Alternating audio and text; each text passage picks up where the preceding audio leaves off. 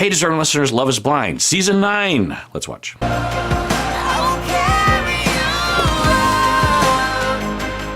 Hello. No. It's at the end of this episode, and then it's the reunion, I think. So if we're going backwards with this couple, are they going to break up?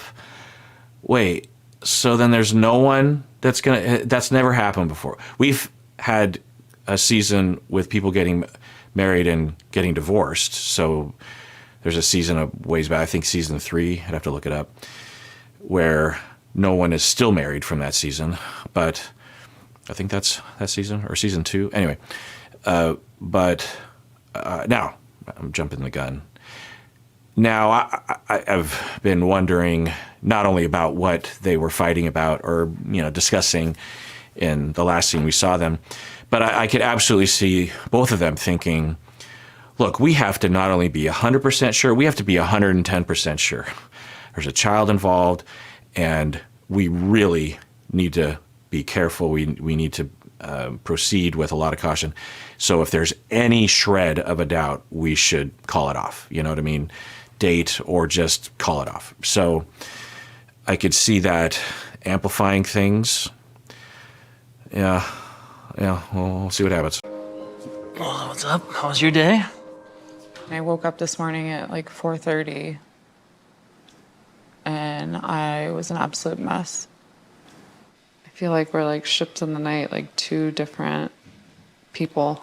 So she's starting off with the concern that she has about distance, right? And not only about his stress at work, but also maybe just the way he is typically around the house, which is to not really interact very much, and she wants more interaction. So yeah, I mean, they both talked about the possibility of that being a deal breaker. I mean, she didn't say it was likely a deal breaker. I don't know. It just didn't look, I don't know. Yeah. But yeah, I mean, that could absolutely be a deal breaker. And from her description, it sounds like he's pretty severe. I'll say again, from my impression of an edited reality TV show, the severity of the issue was pretty minor and could easily be worked out with a competent couple therapist helping them with it. It's not lickety-split, and it's hard to do on your own, but of the things that I work on with couples, particularly before it gets bad, 10 years in, after both have had affairs and both have said, let's get divorced, like they weren't at that conflict zone. So it could have been, it looked easy to fix for me. Now, maybe it would still be a deal breaker in the end, but anyway, maybe they're just, this is a fake out, but I don't think so, because this is the end of the episode. Yeah, there's like 10 minutes left, and there's credits usually, and there's like coming up at the reunion. So I think we only got 5 minutes left of the show. There's no way they're going to go to a wedding and get married. So bummer, boomer. I mean, we are pretty different. You are very simple and like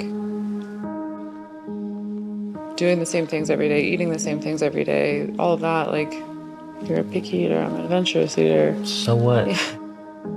You don't have to eat the same things. You don't have to do the same things as me. Okay, yeah, I don't know if I showed the scene where he uses a blender to blend up cooked chicken, because it's a health thing, like a carb thing, I think. And she didn't think it was very palatable, which I could imagine. But, you don't have to eat everything that your partner's eat. So, yeah, I think there's a chance that she has cold feet, which people will do, and that she just doesn't want to have this kind of life. And I'm guessing, given Luca and that situation, that it just makes it even more important that you should be 110% sure. It makes me wonder if they had met in real life and dated and gave it a slow burn over time, if things actually could have worked out.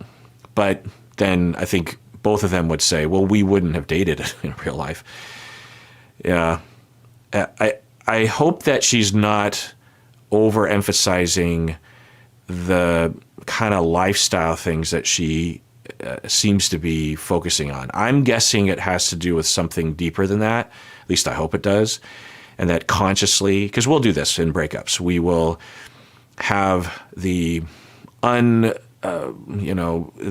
when we fall out of love, or when we turn that corner, or we crest that hill, whatever sort of metaphor you want to have for like, okay, I think I'm done with this relationship. It's more of a feeling, if I might quote Boston. And then we start looking to attach reasons or factors or words to it. Not all the time, of course. Sometimes it's quite easy to identify. But I don't know. At least I would hope that she wouldn't think, I like to go to fancy restaurants, therefore, even though I love you, I don't think we should get married. Because they seem like they had genuine emotional chemistry anyway. Maybe not physical, we don't really know, because that would be something we wouldn't know about. But they had a lot of eye contact. They had a lot of chemistry. They laughed a lot together.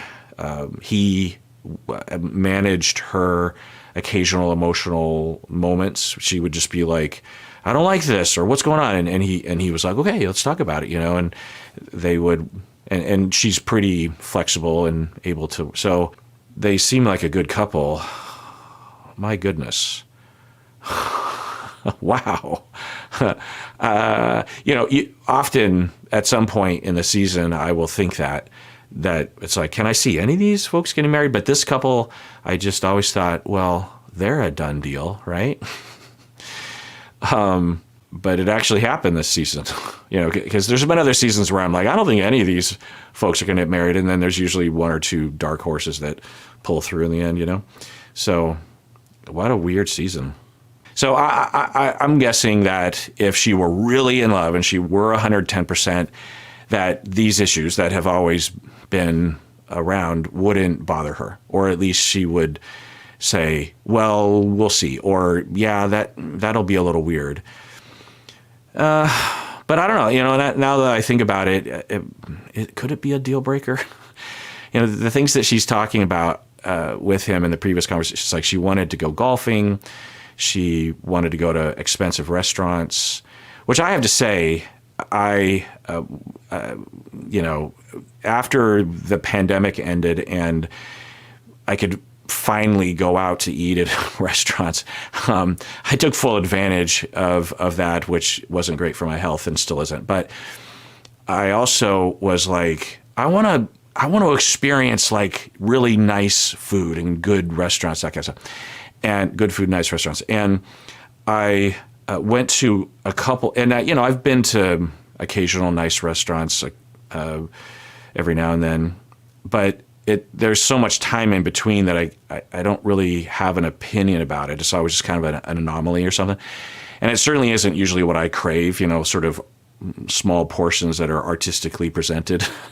I mean, it usually tastes pretty good, but it's not usually what I'm thinking of when I'm like, I want to go out to eat. Anyway, so I was like, I want to do that. And I'm an old guy now, like, let's do that. And I think I went to one nice restaurant and I was like, oh, that's right. I don't like nice restaurants. I don't like the menu items. I don't like the way it looks. I don't like the small portions. I don't like, what's that joke? Like, the food here is so terrible and such small portions. I mean, the food is usually pretty good. Usually it's like, wow, that's tasty. And, and the portions, fine. As typical American, I suppose I'm looking for just like, piles and piles of food. It is the way I grew up in my household. Japanese Americans tend to eat a lot. Anyway, I just realized that I'd much rather get sort of mid-level Italian or any sort of level of Mexican food, or a good bagel. There's some great bagel places in Seattle, like a good lox and cream cheese and capers kind of situation with red onions. It's just like, yeah, forget about it. Like, give me that thing, and I could literally eat that the rest of my life. Or a Japanese restaurant, soup. I love a good soup. Going to a deli. The grocery. There's a number of grocery stores within pretty short distance of our house, and I like just going there and getting the pizza or the salads that you just serve yourself. I love that stuff. So, I don't know why it's just preference is fine. But she's saying that she really wants to go to nice restaurants. Okay, fine. And it just doesn't have the feel, which, on one level could be materialistic, right? I think there's a possibility of that. But I think most of it, given what she says, her preference is just for a lifestyle thing. And could that be a deal breaker? I suppose it could be that she wants to, have that thing, nice restaurants, going on vacations, at the very least. And I don't even know, does she want kids? Did she talk about that? There's a chance that she is sort of on the fence about even having kids at all. Or if she does have kids, she's like, well, we'll get a nanny and we'll bring the nanny with us, and I'll be there with the kid. But if me and my husband want to go see the Louvre for the day, there's the nanny back at the hotel or something. You know what I mean? That kind of stuff. And she wants to golf. She wants to spontaneously go to, I don't know, I can't remember what she said, but, she wants maybe someone that cares about, nice, expensive houses. There's nothing inherently wrong with that. It on one hand, it is a little materialistic. On the other hand, lifestyle-wise or just freedom-wise, or, the reality of what it's like to be married to a guy that's working real hard and has to work really hard and has a kid, and he also works out a lot, so any free time is spent eating, very healthy, simple things and going to the gym, and that's the way he likes. And when he comes home, he's exhausted and he just wants to watch Netflix, and she wants to do other things. So, yeah, as I say it out loud, I could see that being a thing. You would just think that love would carry the day, and he's been pretty, flexible about this. It's just like, look, if you want to do those things, you want to go golfing and you want to travel, I would like to go too, but if I can't, then you can go, So if she wants to go with her friend, because that's the way she was framing it, it's like, with my friends, we go on this thing. It's like, you could, if you're in love and, you could make it work. Same time, I could see her thinking, that would suck. I want a partner. I want an adventure partner to do all these things that they can afford to do, or have the free time to do, or have the flexibility to do, or the drive to do, or something, just sort of the way that other people think or something. I don't know. It just kind of sucks, I suppose, if they are compatible emotion-wise, but maybe they're not, because when he comes home, he just wants to veg out. It would be, it'd just be really interesting. Yeah, it makes me wonder if they did get married and they did sort of pool their resources, and he was able to scale back at work a little bit, maybe take a little bit of a longer trajectory in his career, and that he was a little over time flexible about nannies when it's his time to take care of Luca. I don't know if it's like complete split custody with the mom. It kind of sounded like that. I'm not sure. At the very least, he has a significant portion of custody, 50% or more. And I could see there being adjustments, right? He takes up golf. He starts to like nice restaurants. In 5-10 years, he actually can afford to do those things, to some extent, or whatever, So if they loved each other and they had that bond, it just seems like it could work. And they, I guess it's compared to the other couples this season, but I'm just trying to think, even if I saw them in other seasons when there were other couples that also were hitting it off, I could see. Now, what does it matter what I feel about it? But I'm trying to think of the psychological angle here. What should I say? Well, I'll say that, they had a lot of strengths in the way that they conflicted, the way that they talked about things, eye contact, differentiation, making little jokes that were appropriate for the moment, not to dismiss or avoid, but to just, sort of, hey, come on. And they both did that. They responded well to it.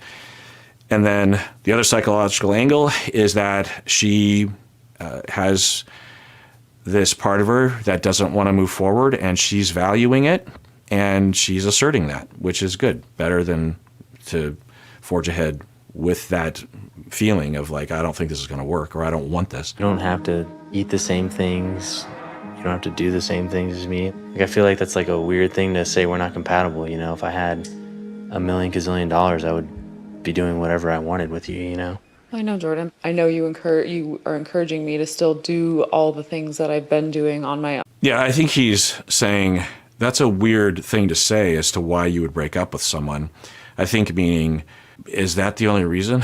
Because isn't life more important than that? And yeah, maybe, but also having a preference for that is fine. But as I was saying a long time ago, I think that deep down it's more than that, or it ruined it or something. You know, the way they've been the past few weeks while they've been back in town, and the two ships passing in the night, the realization of, wow, I guess this is what my life is going to look like, and I don't like this.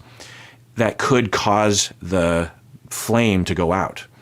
Not that you are breaking up with someone, even though you're in love with them, because they work a lot, but because of those things, and because the flame was so vulnerable to begin with. It's, you know, the flame that they develop in the pods is pretty substantial, but it's so new that I think it's pretty fragile. And so I now hopefully she can articulate that, because I think it could really hurt him. I mean, it's going to hurt regardless, it looks like, but, and it could make her incur some idiot. Although I was going to say there's a way to manage the audience so that people don't hate her, but I don't think there's any way to avoid that because of internet mobs. You know, I'll say this again, that I will see internet people saying, like, when someone is likable, people will say, well, you know, like if they want to see something nice about Megan, they'll say, like, well, I hate Megan too, and I think she's a disaster, but I just want to say it's nice that she did blah, blah, blah. It's like, it's understood in the internet mob that you can't like someone, that you have to bully them online, you know, to get your credentials to be accepted in the in-group of idiocy. Like, come on. Anyway, so I was going to say that maybe if she wanted to manage that, she could get out ahead of that and say just something like that. Instead of just talking about the materialism aspects of it or the lifestyle aspects of it, she could mention to him, I think most importantly, but also to the audience, it's just like, yeah, I don't know, just the flame just kind of went out because of the two ships passing in the night. But I'm like, I've been doing all those things by myself for the past 4 years, and I want to do those things with a partner. I've never dated somebody with a kid. All the men that I have dated up to this have had a fairly flexible schedule, and that's like, oh, how all my friends are. Yeah, so she's articulating that, and she's articulated it before. And, you know, maybe this is the only reason. I don't know her heart, but I'm guessing it's deeper than this. I think a way to say it is the way I said it earlier, which is I don't know her heart, but I'm going to, given what we've seen and given my model of human beings, I would take a guess and say that these factors and the two ships passing the night caused the flame to snuff out. She's not breaking up with him because of the lifestyle differences. She's breaking up with him because of the flame going out. Yeah, I just don't know why you chose me in the pods then. Jordan, I just didn't realize how rigid it truly was. Yeah, I told you would have to make sacrifices to be with me and Luca. I told you. It's not easy. Yeah, and I believe that Megan thought that she could make it work and was totally okay with that. Either she didn't know really what it would be like, or she didn't know herself, which is kind of what she's saying, I think, which could be a really bad thing for her because it could drive her back to the kind of dating decisions she was making before, which could work. I mean, she could find a rich guy who also is healthy. I mean, they're out there. But it also could result in her having the same experiences that she's had in the past, where she isn't treated very well and she is just in a relationship of glitz and glamour without any depth. This is kind of the way she was describing it. So yeah, I wonder what she'll do. Now, maybe what she'll learn from this is, look, it doesn't have anything to do with riches or anything. It just has to do with like how things feel when you're together. And if if Jordan didn't have a kid and he didn't work so hard and he wasn't so quiet when he gets home from work, then I think it would have worked. So it's not a matter of materialism or something. It's more of a matter of life flexibility and not two ships passing in the night. So I don't know. I'd be curious what sort of lesson that she's going to learn from this. Totally different spot in a year and a half, in 2 years, in 3 years. You're very easy to love. And I think initially I leaned into opposites attract, but I just still have reservations. And that's not how I should be feeling going into my wedding. Right. That was my other assumption or speculation, was that it's not that the flame is completely out. She could be 90%, but given the stakes, given Luca, and maybe just given her own value of just like, you don't get married unless you're 110%, then she's just like, yeah, I just can't, I need to be 110% sure. So she's kind of saying that. And again, I'm sorry for what? For not feeling more compassion for you and understanding and giving you what you needed in a fiance. Yeah, I don't know if it was compassion based. I think maybe that's a factor, but maybe I'm not understanding what she's saying. I think what she's saying is I'm sorry that I didn't have more compassion about your situation, the things that the factors in your life, working really hard and having a kid and working out all the time, in the gym and stuff, and that I didn't have enough compassion for the stresses that you're under. I think that's what she's saying. But I think they both had a lot of compassion for each other, like, baseline. And I love you so much, but I just doesn't feel right. Yeah, and I suppose people would see this season as a complete failure, or they didn't cast the right people. I wouldn't say that. I think that at least some of these couples were legit and were really trying to give it a shot. And the fact that no one ended up together, I think, is just kind of random. Casey and Patrick, I think a lot of people thought that was a sham, but I don't know. Like, I could have seen if Casey would have given it a shot, I think it could have worked.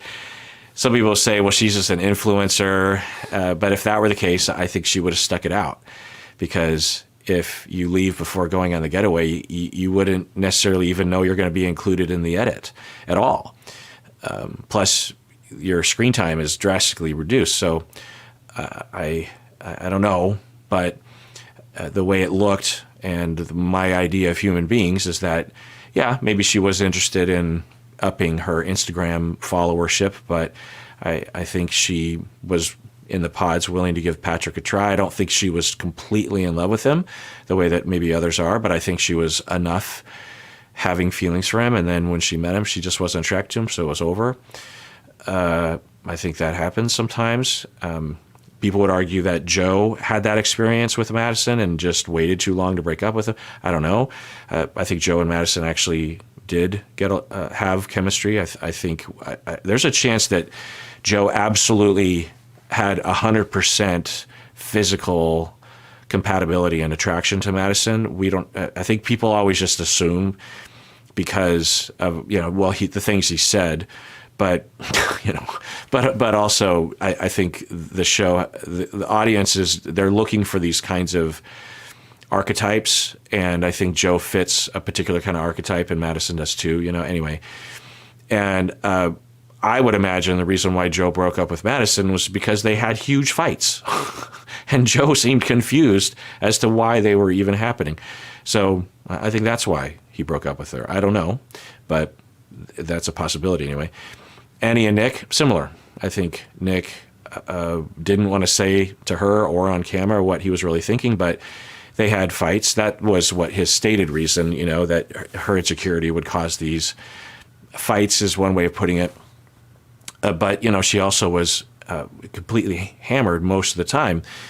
And he didn't, as opposed to Allie, who brought it up, he didn't bring it up and just thought, I can't deal with this. Maybe Nick's like, I don't mind her drinking, but she's like non-functional past a certain point. And but who knows, who know, or Nick could have just felt wrong about it because he just felt like she was too into him without any kind of scrutiny around it. You just want to be a little skeptical. Anyway, Allie and Anson, I don't know how I'm guessing in the pods they were mostly into it. After that, they didn't seem into it at all, honestly. They just didn't have any chemistry or something. I don't know. Edmund and KB, I think legit had chemistry in a way. I could see KB after the pods pretty quickly just saying, I don't know if I'm feeling it with Edmund, and then just more confirmation. Edmund certainly was feeling it with her.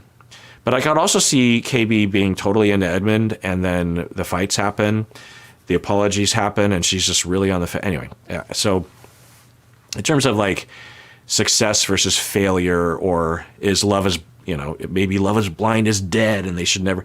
I think we're seeing the format of the show work legitimately, where people are legitimately trying to fall in love and legitimately get engaged and legitimately give it a try. And we just had no one in the end decided to do it.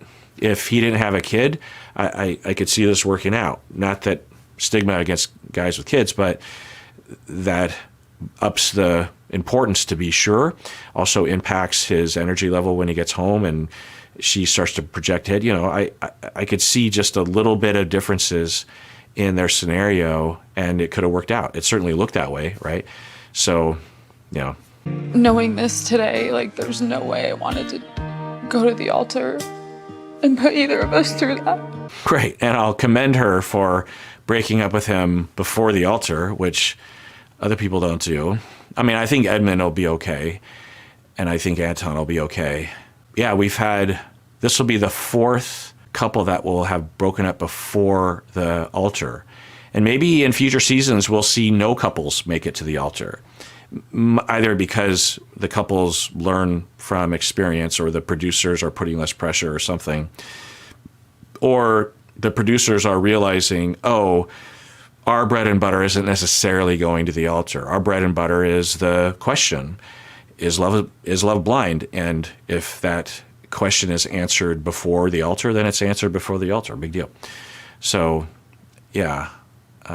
So good for her, I think. I would just think that if I were her or I was him, I would prefer this conversation before I harangue all of my family to come to a wedding that is a sham, get my hopes up, stand up there, get dumped on stage, that kind of thing. I'm sorry I didn't love you and accept you the way you needed me to.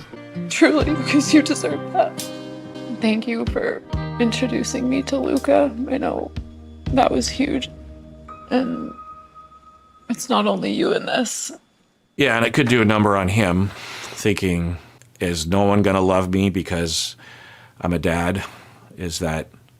Am I second-rate goods, or am I a no-go? Because he talked about that, right? And we could imagine that being a thing. And I don't think that I don't think anyone's doomed. In fact, I was talking with Stacy about this. I'm surprised there aren't more people with kids, because past a certain age, most people have kids, either from previous relationships or previous marriages or something. And so, and then I wondered, I wonder how many cast members have had kids but were not matched up with anyone because people found out that they had kids and crossed them off their list at the beginning of the 10 days in the pods. I don't know what I'm saying. But I would just hope that he wouldn't develop a complex about having a kid. There's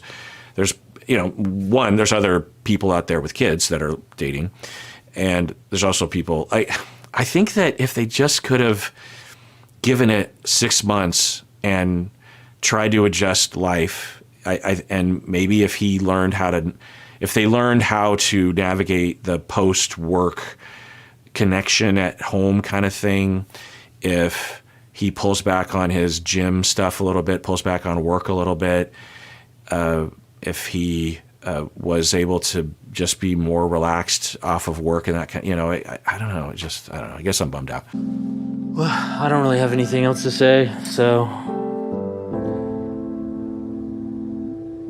I'm gonna try to go get Luca from school. I didn't think we were different at all. I think the only thing, just the lifestyle difference, is she has enough money to live the rest of her life without ever working again, and I don't. I think if I had enough money that I didn't really have to work, I think we would be getting married.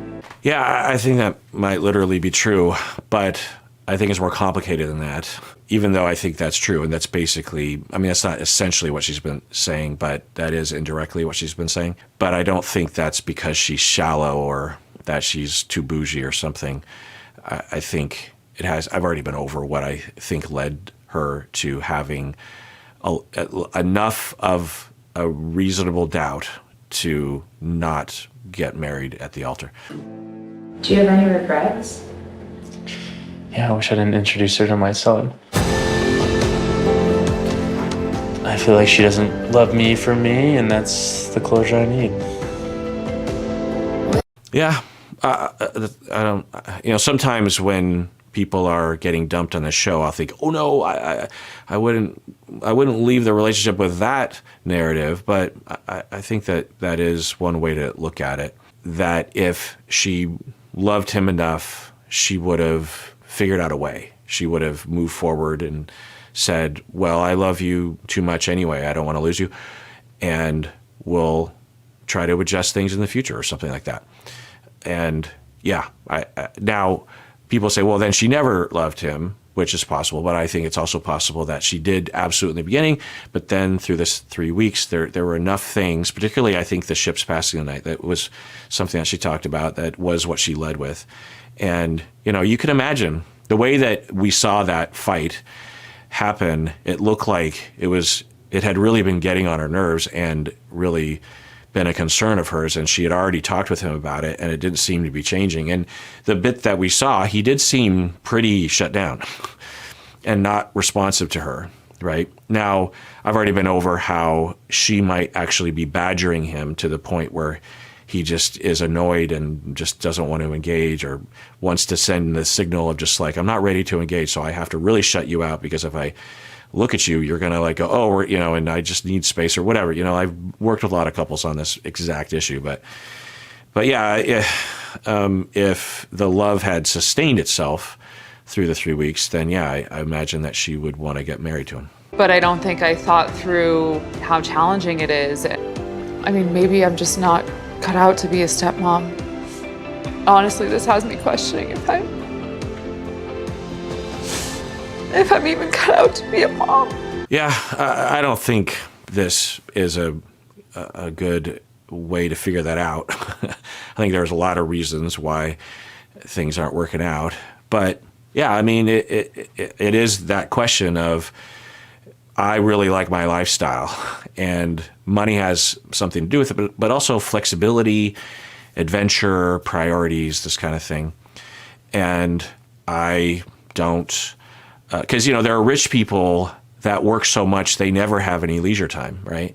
So there's different versions of richness, I guess. Anyway, and I'm pretty sure she's worked hard. What did she do? Or was she born into money? We don't know. Anyway, point is she's an entrepreneur. She has a health club. They don't really talk about that. Anyway, doesn't really matter. But it is a question that it's like, okay, I had a little glimpse of what it was like not only to be a stepmom, but to be a mom. And, maybe my life isn't cut out for that, given how much I prioritize flexibility and spontaneity and being able to do things without feeling guilty about it. Maybe I'm not. But I would hope that she wouldn't say, I am ashamed of myself for this whole thing. I don't deserve to have a kid, even though she wants, you know what I mean? I hear a bit of that in what she's saying. I hope she wouldn't think that. I don't know, maybe I am too caught up in my own life. All I wanted coming into this experiment was to find love and to find my partner. And I will love Jordan, always. Now, is she going to date Mike? I guess we'll find out, maybe. I don't know. I could also see cast members dating after the filming ends and not telling anyone, although it always seems to come out on Instagram, or someone will see them in public and take a picture. Anyway. But yeah. So she's saying, I wonder if so, she's asking good questions. I don't think there's anything unhealthy or dangerous about her questions and her exploration here. So, it's good to reflect on that. But he's not my partner. So now that they're moving on, I will also say that in the breakup, he was emotional. He cried and seemed present. But overall, there seems to be a theme of emotional distance for him. Now, maybe he has people he processes emotions with, but given what she was saying about two ships passing the night, when he gets home, he's pretty shut down.